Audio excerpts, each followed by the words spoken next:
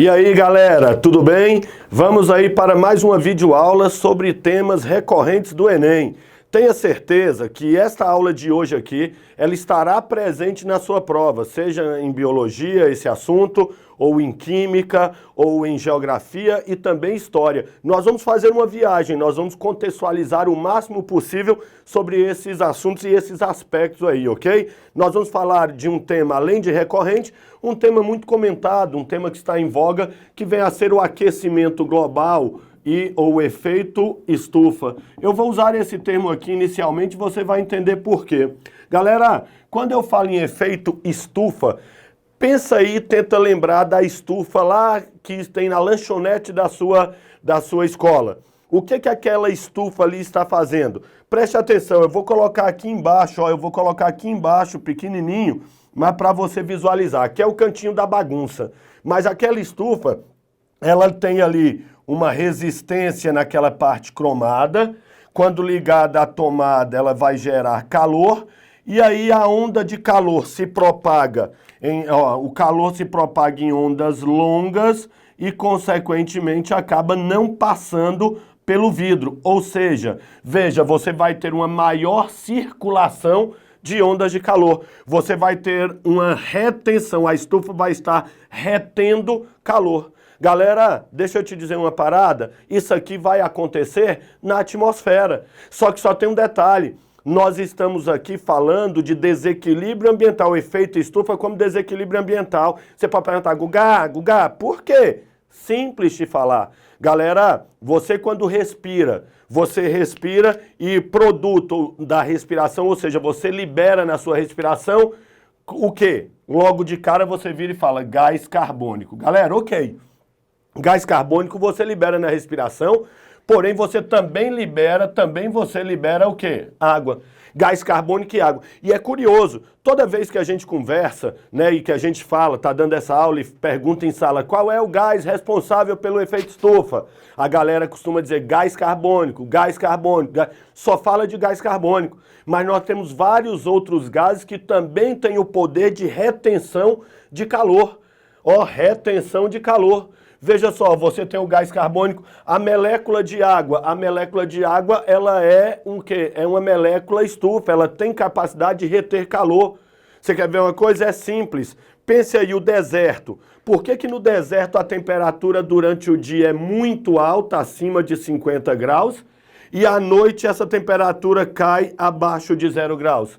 Primeiro ponto, galera, se liga aqui, olha só o que acontece. Umidade relativa do ar lá no deserto é alta ou é baixa? É baixa. Então significa que tem poucas partículas, tem poucas moléculas de água, tem pouco vapor d'água na atmosfera, água condensada.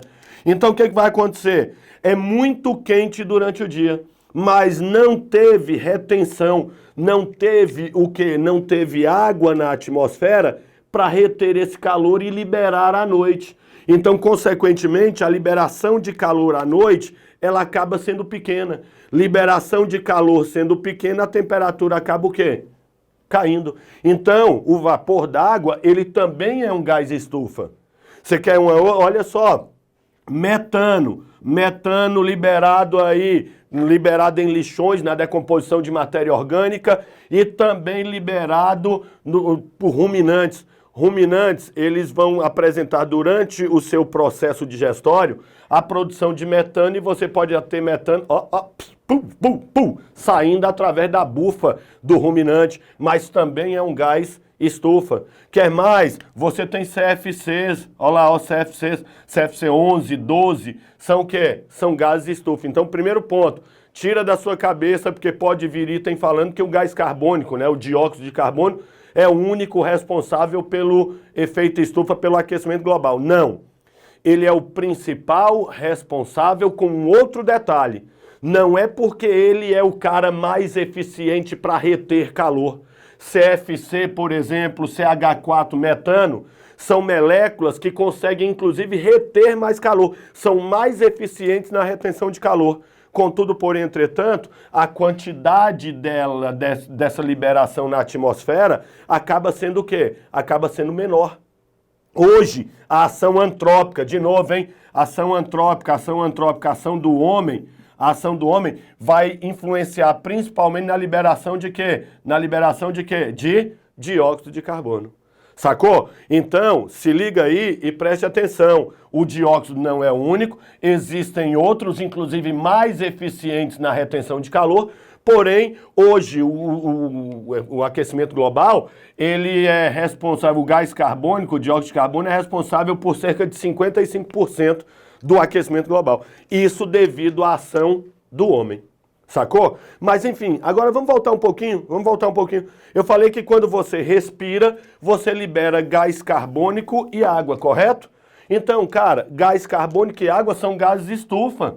Então veja só que esses dois gases, eles geram o que a gente chama de efeito estufa natural. E o efeito estufa natural é massa, é benéfico demais. Cara, se não fosse o efeito estufa natural, a Terra seria muito fria. As condições para a sobrevivência na Terra seria muito mais difícil. Então, o efeito estufa natural, que foi ocasionado pelos gases que você liberou durante o processo de respiração, ele mantém o planeta aquecido. Ele gera o efeito estufa natural e a temperatura da Terra em torno de 40 graus mais quente. Já pensou se não tivesse esse efeito estufa natural? O Rio 40 graus, Cidade Maravilha, Violência do Caos, ele seria Rio 0 grau. Tá. E aí, já pensou nisso? Cara, então perceba, o efeito estufa natural é massa e é benéfico. Agora vamos à ação do homem. Falando em ação do homem, o que vai acontecer? Através da combustão completa completa de combustíveis fósseis, você vai ter a liberação de gás carbônico na atmosfera, ó, dióxido de carbono na atmosfera. Sabe qual é o detalhe, galera?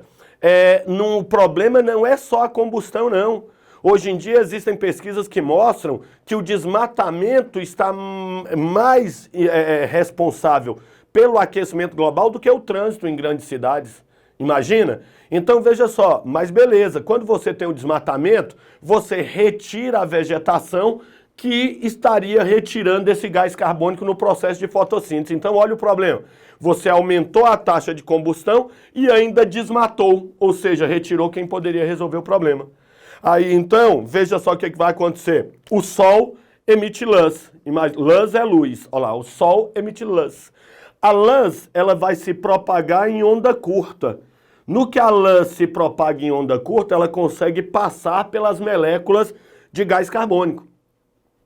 Quando chega ao solo, parte sofrerá refração. O problema do aquecimento global não é a refração, mas sim a reflexão. Por que a reflexão? Porque parte dessa luz sofre refração. Agora, outra parte dessa luz que chega ao solo vai acabar sofrendo reflexão. E a reflexão vai ser em ondas de calor. Onda de calor é uma onda longa. Primeiro detalhe, quando esse gás carbônico retém o calor, ele fica uma molécula com calor, retendo calor, ela fica uma molécula mais vibrante. Então ela passa a vibrar mais intensamente e impede a passagem dessa onda de calor longa. Então a onda de calor bate e volta, bate e volta, bate e volta, bate e volta. Ou seja, espera. Você teve uma maior retenção de ondas de calor. Espera, você está tendo uma maior circulação de ondas de calor. Então, consequentemente, e detalhe, lembra que eu te falei que o vapor d'água recebia calor e depois devolvia? O gás carbônico também vai devolver calor, ou seja, olha a situação, olha o quanto aumenta a circulação de ondas de calor. Aumentando a circulação de ondas de calor, a primeira pergunta que eu te faço, qual é a consequência principal que você tem? O aquecimento global. Sacou? Agora, calma aí, nós temos algumas situações interessantes, eu vou falar mais sobre esse aquecimento global. Porém, você tem que se ligar o quê? Você ouve falar o seguinte, você ouve falar no que a gente chama de ilhas de calor. Você já ouviu falar em ilhas de calor? O que vem a ser uma ilha de calor? Ilha de calor, galera, são regiões onde, devido a fatores naturais, artificiais, você acaba tendo maior propensão à ocorrência do aquecimento global. Você tem maior facilidade. Vamos abrir o verbo. Ocorre, devido a fator artificial ou natural, ocorre mais facilmente o quê? Ocorre mais facilmente o efeito estufa. Você quer ver uma coisa? Olha só, pega aí os grandes centros urbanos. Pega aí os grandes centros urbanos. Pega aí. Olha só o que vai acontecer. Você pega aqui, ó, em grandes centros urbanos, você tem prédios altos. Beleza. Aí você tem asfalto, asfaltamento, calçamento. Beleza. O que vai acontecer? Trânsito nos grandes centros urbanos intenso. Cara, no que você tem uma alta taxa de combustão, você então vai ter uma alta liberação de gás carbônico. Só que estes prédios, isso aqui são prédiozinhos, olha lá, você mora nesse prédiozinho, esses prédios dificultam a dispersão desse gás carbônico. Legal, primeiro ponto.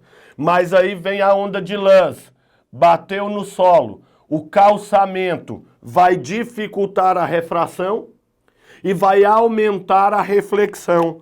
No que aumenta a reflexão tem acumulado gás carbônico, olha o tanto.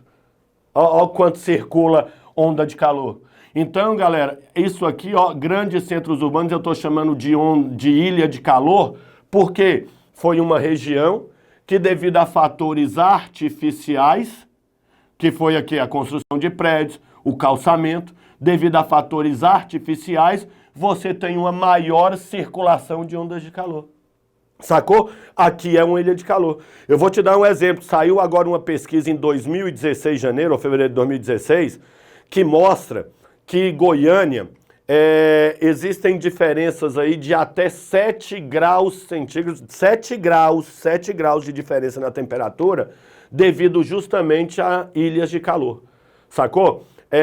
Foi feito pesquisa por alguns anos e foi comprovado que em determinadas regiões, por exemplo, centros comerciais, centros onde tem uma grande circulação de carro, de pessoas em Goiânia, chega a ter 39 graus de temperatura, 39 graus Celsius, onde, eu falei centígrado agora, eu não sei de onde eu tirei, Celsius, 39 graus Celsius, e dependendo do local, no mesmo dia, no mesmo horário, a temperatura estava em 32 graus Celsius.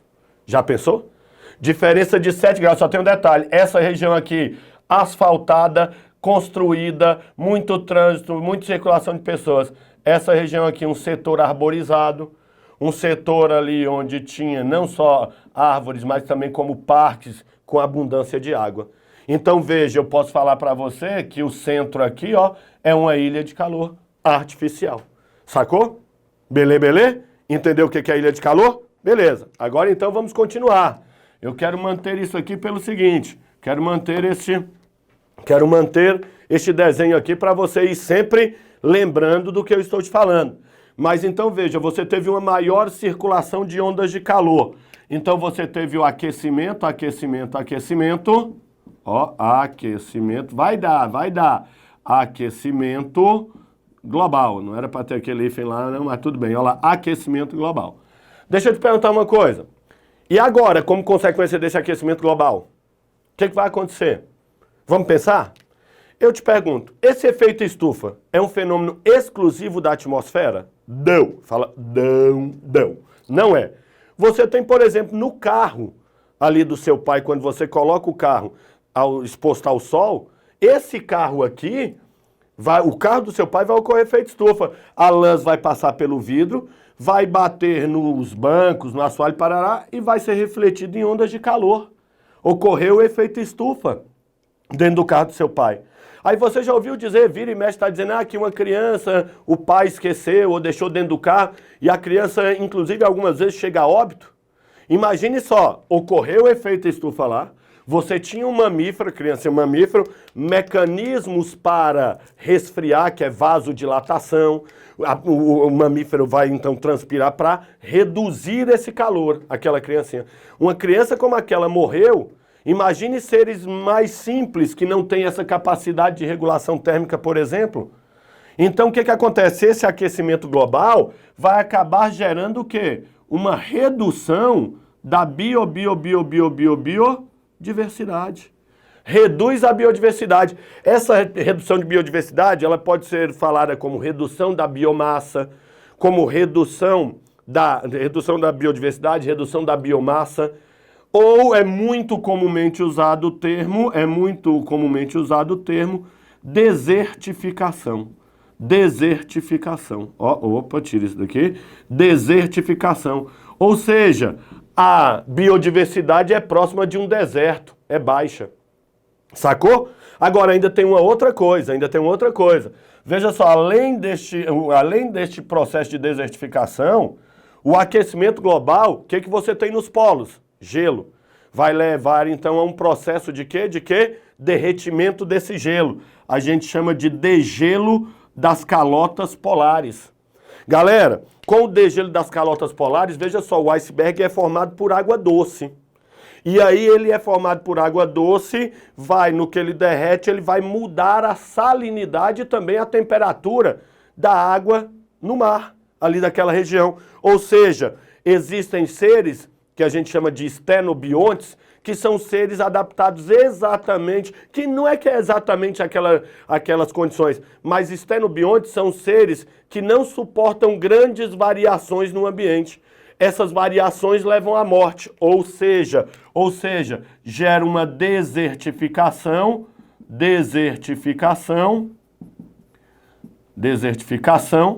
aquática também, marinha, gera desertificação aquática. E além disso, aumenta-se consideravelmente o volume do mar. Eu achei bem interessante essas Olimpíadas agora. Teve um atleta, não me recordo o nome agora, que ele correu, inclusive, ele veio para correr a prova de 100 metros raso, né, atletismo, iria concorrer com o Bolt se ele chegasse até a final, e ele veio de uma ilha, né, no Pacífico, onde durante a entrevista falava-se que a grande preocupação da população não era do corredor, do resultado do corredor na Olimpíada do Brasil, mas sim os próximos 10 anos, porque a ilha corria o risco de desaparecer devido ao aquecimento global. Aí você vira e fala assim, mas é lá no Pacífico, deixa pra lá, eu não tenho problema não. Existem estudos que mostram que caso o aquecimento global continue no mesmo ritmo, você pode ter o desaparecimento de cidades litorâneas em menos de 100 anos no Brasil. No Brasil. Já pensou? O mar pega e invade ali, Alagoas, é um litoral, e você fala, eita, que bom, eba, o mar vem para Brasília, o mar vem. Você deixa de ser bobo e o desastre e os impactos ambientais disso. Percebeu? Galera, então veja só, quando se fala em aquecimento global, como eu te falei, você pode ter aqui, caindo em química, a partir do momento que eles podem cobrar quais são as moléculas aí que são responsáveis ou que são capazes de reter calor, além daquelas lá que eu te mostrei, que é o dióxido de carbono, o vapor d'água, o metano, que é o CH4, CFCs, você ainda tem também o quê? Os óxidos de enxofre, mas enfim, pode cair na parte de história. Como é que isso aqui pode cair na parte de história? Galera, veja só, depois da Revolução Industrial, você tem um aumento considerável da taxa de combustão. Então, a partir desse momento, você tem um aumento muito destacado na liberação de CO2 na atmosfera. Percebeu? Como é que isso aqui pode cair na biologia? Você tem todas essas questões aqui dos impactos ambientais do aquecimento global. Sacou? Lembrando para você, ilha de calor vem a ser o quê? Regiões em que fatores artificiais, eu te mostrei lá, prédios, asfalto, ou fatores naturais, fator natural é muito comum, hidrografia e relevo, ou então a fatores mistos, como é Curitiba, devido então, ilhas de calor são devido a fatores naturais, artificiais ou mistos, que nestas regiões ocorre uma maior retenção de ondas de calor. Beleza? Então a gente fica por aqui. Eu quero gravar outro vídeo para vocês sobre ciclo do nitrogênio. Aguarde que até o final aí, até o dia do Enem, vocês vão obter aí, vão ter esse vídeo, ok? Grande abraço para vocês, galera. Beijo no coração. Valeu. Tchau, tchau.